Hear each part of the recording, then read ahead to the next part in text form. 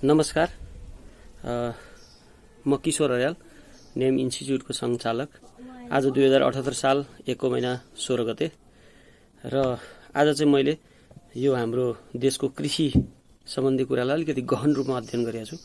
यो हामी कृषिमा किन आत्मनिर्भर बन्न सकेनौँ, के समस्या छ भन्ने कुरालाई चाहिँ बुदागत रूपमा मैले नोट गरेको छु। लगभग 28-29 वटा पोइन्ट्स छ र यसमा चाहिँ एउटा कुराले मलाई एकदमै मन छोयो। त्यो कारणले पनि मैले यसको चाहिँ अलिकति अनुसन्धान गर्नुपर्ने परिस्थिति यहाँ आइपर्यो। एउटा आर्थिक वर्षमा लगभग कृषिजन्य उत्पादनहरू 33 अर्ब 17 करोड बराबरको हामीले आयात गरेछौँ विदेशबाट। त्यसमा सबभन्दा बढी चाहिँ चामलै छ, 20 अर्ब बराबरको चामलै छ। अब हामी नेपाललाई कृषि प्रधान देश भन्छौँ। कृषिमा चाहिँ हामी 80% चाहिँ हामी नागरिकहरू कृषिमा चाहिँ निर्भर छौँ भनेर भन्छौँ। त्यति भनिरहँदा यो डाटा कता कता सुन्दाखेरि अलि असहज महसुस भएर मैले आज यो अध्ययन अनुसन्धान गरेको छु। यसमा दुई चारवटा कुराहरू एकदमै संवेदनशील कुराहरू पनि छन्। पहिलो बुदा त हामी आत्मनिर्भर छैनौँ भन्ने कुरा अहिलेको डाटाले देखाइहाल्यो। दोस्रोमा हामी चाहिँ लगभग 33 अर्ब 17 करोड बराबरको चाहिँ हामीले अनाज चाहिँ एग्रिकल्चरल गुड्स चाहिँ हामीले पर्चेज गरिरहेको छौँ। हरेक वर्ष त्यो चाहिँ बढोत्तरी छ, बढ्दै गइरहेछ। र त्यसै गरी तेस्रो समस्या हामीले हेर्ने भने खाद्यान्नमा हाम्रो एकदम ठुलो मिसावट छ।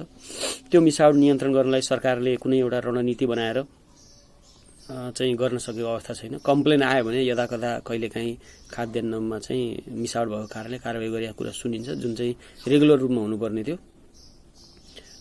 र यसमा पनि अलि ठुला घराना, बिजनेस घरानाका मिसावटहरूमा सेटिङ भएर चाहिँ सामान्य धरोटीमा छोडिएको भन्ने कुराहरू गरिएको छ। यसलाई स्ट्रङ कानुन बनाएर खाद्यान्न जस्तो मिसावट भनेको एउटा क्रिमिनल क्राइम्स हो। यसलाई फौजदारी मुद्दा बनाएर चाहिँ जेल र जरिवाना लगाएर चाहिँ अगाडि बढाउनु पर्ने परिस्थिति हो। त्यसमा सरकारले खासै त्यति प्राथमिकतामा राखेर अगाडि बढेको देखिएको छैन। त्यसै गरी खाद्यान्नमा चाहिँ हानिकारक कीटनाशक औषधि र एन्टिबायोटिकहरूको म्याक्सिमम प्रयोग भएको पाइएको छ। यसलाई निरुत्साहन गर्न पनि सरकारले कुनै स्ट्रङ कदम चालेको छैन। काठमाडौँको कालीमाटीमा एकचोटि चाहिँ कीटनाशक औषधि युज गरेको तरकारीहरू निरुत्साहन गर्ने भनेर एउटा ठुलै कारबाही सुरु गरिएको थियो। त्यो केही सीमित समयको लागि रमिता जस्तो भयो, त्यसै त्यसले निरन्तरता पाउन सकेन। तरकारी काठमाडौँको कालीबाटी बजारमा मात्र बिक्री हुने होइन, हेटौँडा लगायत विभिन्न सहर गाउँका हरेक पसल दोकानमा बिक्री हुन्छ।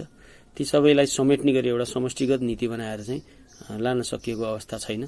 आज पनि हामीले बिहान र बेलुकाको डाइटमा हानिकारक कीटनाशक औषधि र एन्टिबायोटिक युज भएका खाद्य पदार्थहरू खाइरहेछौँ, जसले हाम्रो शरीरमा ठुलो हानि पुर्याउन सक्छ। क्यान्सरका कारणदेखि लिएर गएर शरीरको विभिन्न कमजोरीहरू यो एन्टिबायोटिक र कीटनाशक औषधिको कारणले पनि निम्तिने गर्छ भनेर विभिन्न चिकित्सकहरूले बेला बखतमा भनिरहेकै छन्।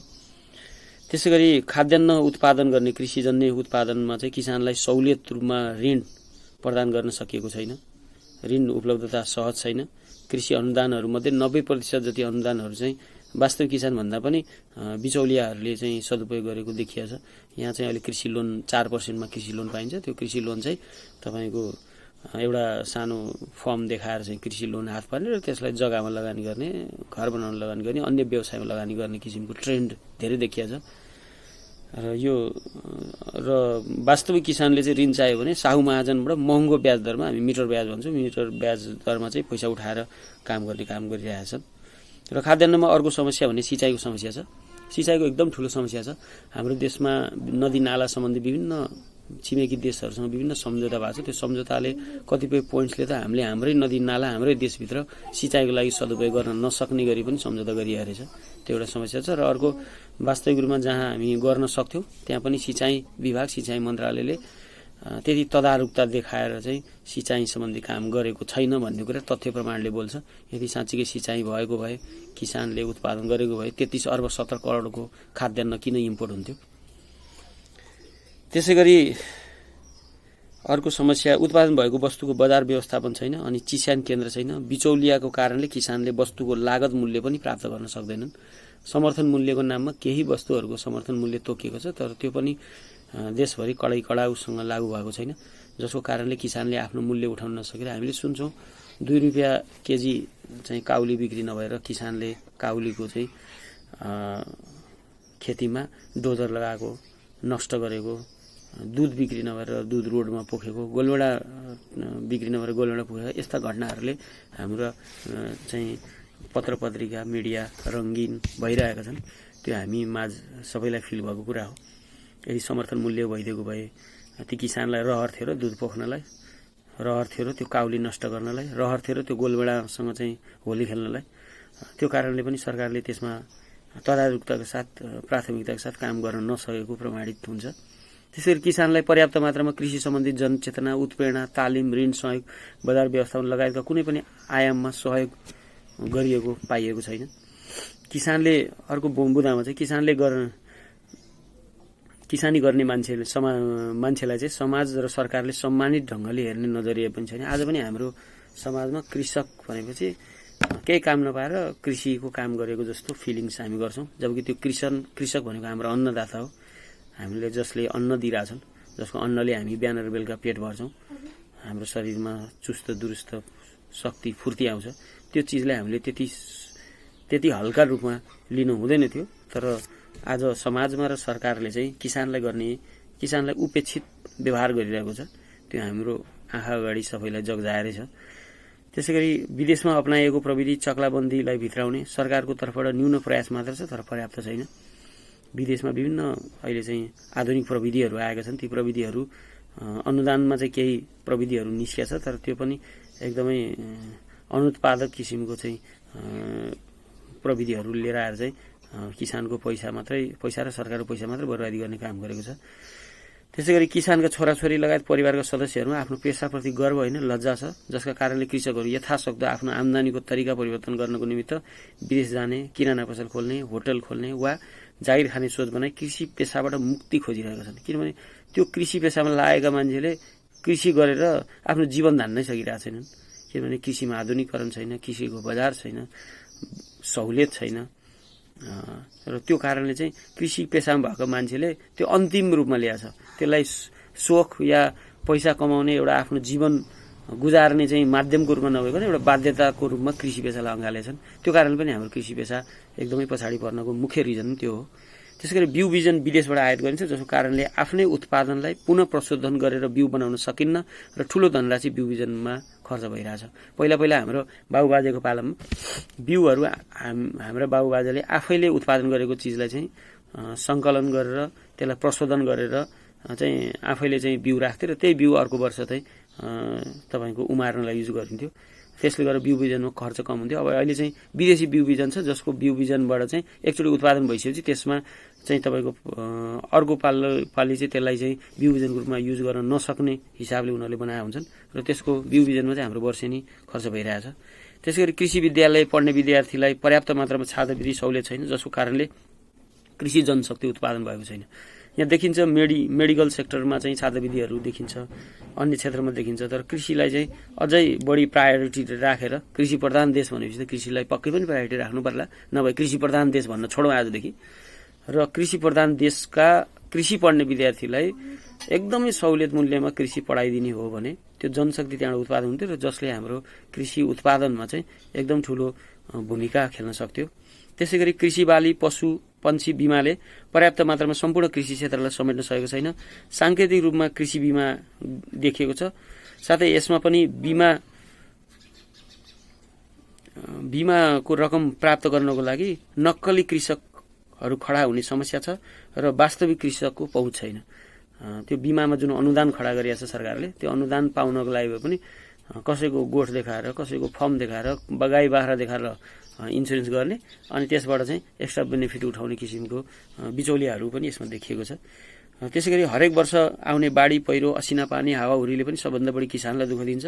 नदीलाई भुक्षय गर्नबाट रोक्नको निमित्त सरकारले गर्न सक्ने आवश्यक पहलहरू गर्न सकेको छैन र यो प्राकृतिक प्रकोपले पनि किसानलाई नै अप्ठ्यारोमा पार्ने परिस्थितिहरू हामी देख्छौँ। त्यसैगरी कृषिजन्य उत्पादनमा भ्याट नलाग्ने भन्ने त पनि मैदामा भ्याट लागेको छ। सुन्दा अचम्म लाग्छ। त्यो गहुँ त्यसमा भ्याट लाग्दैन, त्यो गहुँको बाहिरबाट निस्किने चोकर त्यसमा भ्याट लाग्दैन, त्यो गहुँभित्र चाहिँ त्यो चोकर पछि आउँछ एउटा पिठो जसलाई हामी गहुँको पिठो भन्छ, रोटी बनाउन युज गर्छ, त्यसमा पनि भ्याट लाग्दैन। त्यसभित्र आउने मैदा त्यसमा भ्याट लाग्छ अनि त्यो भित्र हुने सुजीमा फेरि भ्याट लाग्दैन। अचम्म छ। यो किन भएर रहेछ भनेर यसो एनालाइसिस मैले गरेको। छिमेकी देशको मैदा बिकेन, हाम्रो देशको मैदा चाहिँ सस्तो भयो, छिमेकीको चाहिँ महँगो भयो, अनि बिकेन भनेर भ्याट लगाइएको रहेछ। अब हेर्नुहोस् कृषिमा कति ठुलो देशद्रोह भएको रहेछ भन्ने कुरा यहाँबाट हामी स्पष्ट बुझ्न सक्छौँ। त्यसैगरी सरकारमा नीति बनाउने मन्त्री, कृषि सचिव लगायत सम्बद्ध प्रबुद्ध व्यक्तिहरू सम्बन्धित विषयका विज्ञ र शिक्षित छैनन्। हामी हेरिरहेको छौँ, हरेकचोटि कृषि मन्त्री हुन्छन्, तिनका स्टेटमेन्टहरू सुन्छौँ, कार्बन डाइअक्साइड फ्याँक्ने, अक्सिजन लिनेदेखि सबै कुराहरू हाम्रो माझ पोखिएको छ। त्यस्ता विज्ञहरू भइसकेपछि चाहिँ तपाईँको कृषि क्षेत्र कसरी माथि जान्छ त्यो पनि हामी परिकल्पना गरौँ। त्यसैगरी कृषिसँग सम्बन्धित सम्पूर्ण स्रोत व्यक्तिहरू कृषि सम्बन्धी अध्ययन र अनुभवका आधारमा नियुक्ति गरिएको छैन। लोकसेवाको मापदण्डमा अनुभवलाई प्राथमिकता दिएको छैन। लोकसेवाले एक्जाम त लिन्छ कृषि सम्बन्धी, खालि कृषि पढेको मान्छे मात्र खोजेर भएन, अनुभवी मान्छेलाई पनि प्राथमिकता दिनु पर्यो। लोकसेवाले अनुभवी मान्छेलाई प्राथमिकता दिने कुरालाई चाहिँ अलि अग्रणी स्थानमा ल्याउन नसकेको हो कि त्यो पनि एउटा समस्याको रूपमा देखिएको छ। त्यसैगरी कृषिमा कार्यरत कर्मचारीहरूलाई विदेशमा शिक्षा आर्जन गर्न पठाइन्छ, तर त्यो कर्मचारी स्वदेश फर्केर त्यो ज्ञान सिप लागू गर्ने प्रवृत्ति लगभग नगण्य छ। यसमा राज्यको ठूलो धनराशि खर्च भइरहेछ। कृषिमा जान्छन्, कर्मचारी बन्छन्, अनि अध्ययन अनुसन्धान गर्ने भनेर विदेश जान्छन्, अनि विदेशको विदेशै हराउँछन्। अनि त्यो सरकारले त्यो विदेशमा बसुन्जेल उसको तल्लो पनि उसको घर परिवारलाई बिहोर्नुपर्ने हुन्छ। विदेशमा जाने खर्च, पढ्न लाग्ने खर्च सम्पूर्ण बिहोर्छ। तर त्यो जनशक्तिबाट चाहिँ यो देशमा फर्केर उसले त्यहाँ कृषिमा अध्ययन अनुसन्धान गरे बमोजिमको बेनिफिट चाहिँ पाइरहेको छैन। यसमा पनि धेरै ठुलो नोक्सानी देशलाई भइरहेको छ। त्यसैगरी कृषिको लागि अत्यावश्यक ट्रान्सपोर्टेसन सुविधा, यातायातको सुविधा पर्याप्त छैन, जसको कारणले मूल्य वृद्धि भई विदेशी वस्तुको तुलनामा महँगो हुन जान्छ। हाम्रो कृषि उत्पादन चाहिँ महँगो भइरहेछ। उदाहरणको लागि जुम्लाको स्याउ चाहिँ गाई बाख्राले खान्छ र हामीले चाहिँ चाइनिज, अमेरिकन र भारतीय स्याउहरू महँगो मूल्यमा किनेर खानुपर्छ। यो एउटा बाध्यात्मक परिस्थिति छ। त्यसैगरी देशमा रहेको वीरगञ्ज कृषि औजार बन्द गरिएको छ र नयाँ उद्योग हालसम्म पनि खोल्न सोचधरि निर्माण भएको छैन। अरबौं रुपियाँ कृषि औजारमा विदेशिएको छ। हाम्रो कृषि औजार कारखाना त्यति राम्रो थियो, हामी आत्मनिर्भर थियौँ, त्यो बन्द गरियो विभिन्न कारणले, राजनीतिक कारणले, खिचातानीले बन्द हो। र त्यो बन्द भइसकेपछि त्यसलाई पुनर्स्थापना पनि गरिएन, नयाँ उद्योग खोल्ने सोच पनि निर्माण गरेको छैन। आज पनि कृषि औजार हामीले विदेशीबाट चाहिँ किन्नुपर्ने बाध्यतात्मक परिस्थिति छ। कृषिलाई पर्यटनसँग जोड्ने केही प्रयास गरिएको छ, तर पर्याप्त छैन। जस्तो होमस्टे बनाएर चाहिँ केही ठाउँमा चाहिँ सुरु गरिएको छ, तर त्यो अझै पर्याप्त छैन। यसलाई पर्यटनसँग जोड्न सक्यो भने कृषिमा सुन्दरता आउँथ्यो, कृषिको विकास हुन सक्थ्यो, कृषिमा काम गर्ने चाहिँ कृषकहरू चाहिँ लाभान्वित हुन्थे, उत्प्रेरित हुन्थे। त्यो कुराहरू हामीले गर्न सकेका छैनौँ। त्यसैगरी कृषिजन्य उत्पादन गर्ने र बेचबिखन गर्ने उद्योगलाई विशेष ग्राह्यता दिने गरी सरकारी नीति ल्याइएकै छैन। जसले कृषिजन्य उत्पादन गर्छ, बेचबिखन गर्छ, उद्योग, कृषि उद्योगहरूलाई चाहिँ ग्राह्यता दिएर अरू केही गर्न नसके पनि ल 10 वर्षलाई ट्याक्स हामी फ्री गरिदिन्छौँ, 15 वर्षलाई ट्याक्स फ्री गरिदिन्छौँ, यो चिजमा चाहिँ तपाईँले ल्याउने मेसिनहरूमा यति % चाहिँ छुट दिन्छौँ या निःशुल्क दिन्छौँ भन्ने हो भने पनि यो कृषि उद्योगहरू खोल्न सक्थ्यो। ठुल्ठुला चक्लाबन्दी रूपमा कृषिका उत्पादनहरू सुरु हुन सक्थ्यो। त्यो सम्बन्धी ध्यान नभएर हो कि सोच नभएर हो कि ध्यान नदिएर हो कि मैले बुझ्न सकेको छैन, तर त्यो सम्बन्धी एक्सन चाहिँ सरकारले लिएको छैन। त्यसैगरी कृषि उत्पादनलाई धितो धड राखेर ऋण प्रवाह गर्ने विशुद्ध कृषि बैङ्कले यस क्षेत्रमा त्यही उत्पादनबाट चाहिँ ऋण लिएर चाहिँ त्यो ऋणले फेरि अर्को नयाँ लगानी, नयाँ उत्पादन गर्न सक्ने गरी कृषि बैङ्कहरू स्थापना गरेर चाहिँ त्यो नीति ल्याउन सकेको देखिएको छैन। त्यसैगरी कृषि अनुसन्धान तथा विकासको नाममा कार्यालय छ, तर त्यसको आउटपुट देखिएको छैन। नेपाली काफल, ऐसेलु, फलिड जस्ता फलफुलहरूलाई अनुसन्धान गरेर व्यावसायिकतामा ढाल्न सकेको छैन। त्यो हामीले अहिले बजारमा निस्केको स्ट्रबेरी, खाने स्ट्रबेरी पनि त्यसको प्राकृतिक रूपमा त्यो साइज होइन, सानै साइज हो, तर त्यसलाई चाहिँ डेभलप गरेर त्यति ठुलो साइज बनाएर चाहिँ अहिले मार्केटमा बेचिएको छ। त्यही चिजलाई हाम्रो नेपाली उत्पादन छन्, चुत्रो छ, काफल छ, फलिड छ, ऐसेलु छ, तिनीहरूलाई पनि अनुसन्धान गरेर चाहिँ व्यावसायिक रूपमा उत्पादन हामीले गर्न सक्यौँ भने त्यो अन्तर्राष्ट्रिय बजारमा पनि हामी लान सक्छौँ। त्यतातिर चाहिँ सरकारले कुनै कदम चालेको देखिएको छैन र शब्दमा मात्र राष्ट्रियता सीमित छ।